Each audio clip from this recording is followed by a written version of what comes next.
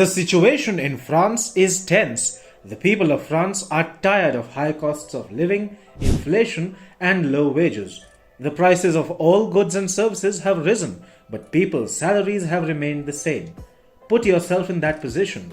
Your salary gets over before you get all your necessities for the month taken care of. You'd definitely be annoyed. And this phenomena isn't exclusive to France. This is what's happening across Europe for months now. Europe, it's safe to say, is a tinderbox waiting to explode. France was struck with fresh protests on Thursday over rising costs of living and the state of the economy. The French government claimed over 30,000 people participated in the nationwide demonstrations. The protesting unions, however, pegged the number at well over 100,000. Thursday saw France coming to a standstill as walkouts and transport strikes by train drivers and other public sector employees caused major commuter disruption. The protests, which were led by trade unions, also saw the participation of the French National Student Union. Victor Mendes, president of the National Student Union of France, said, and I quote, "Most of the families are having a hard time buying a box of eggs or bread or even meat. That's not possible in France, with the world's sixth strongest country." Explaining what the protests were meant for, Mendes said, and I quote, "We believe the best way is to raise the salaries and to fund all public services with taxes on the rich. This is what we are demanding." Last month, France suffered massive fuel shortages that disrupted day-to-day lives and businesses.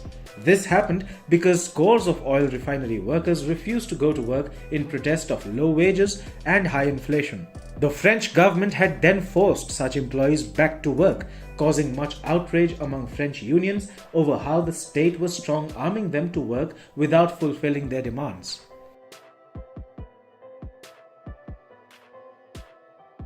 What's happening in France is really happening all over Europe. Name any European country, and they're all facing protests. On Wednesday, for example, thousands of people held a nationwide strike in Greece. The protests even turned violent in some parts.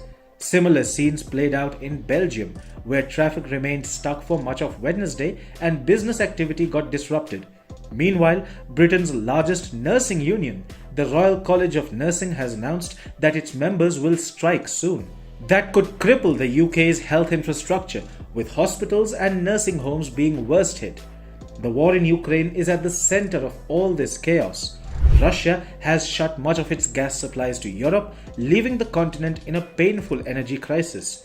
Energy instability and high prices have driven up inflation and severely impacted industrial activity. Now, ordinary Europeans are struggling to make ends meet, even as their governments continue providing military and financial aid to Ukraine.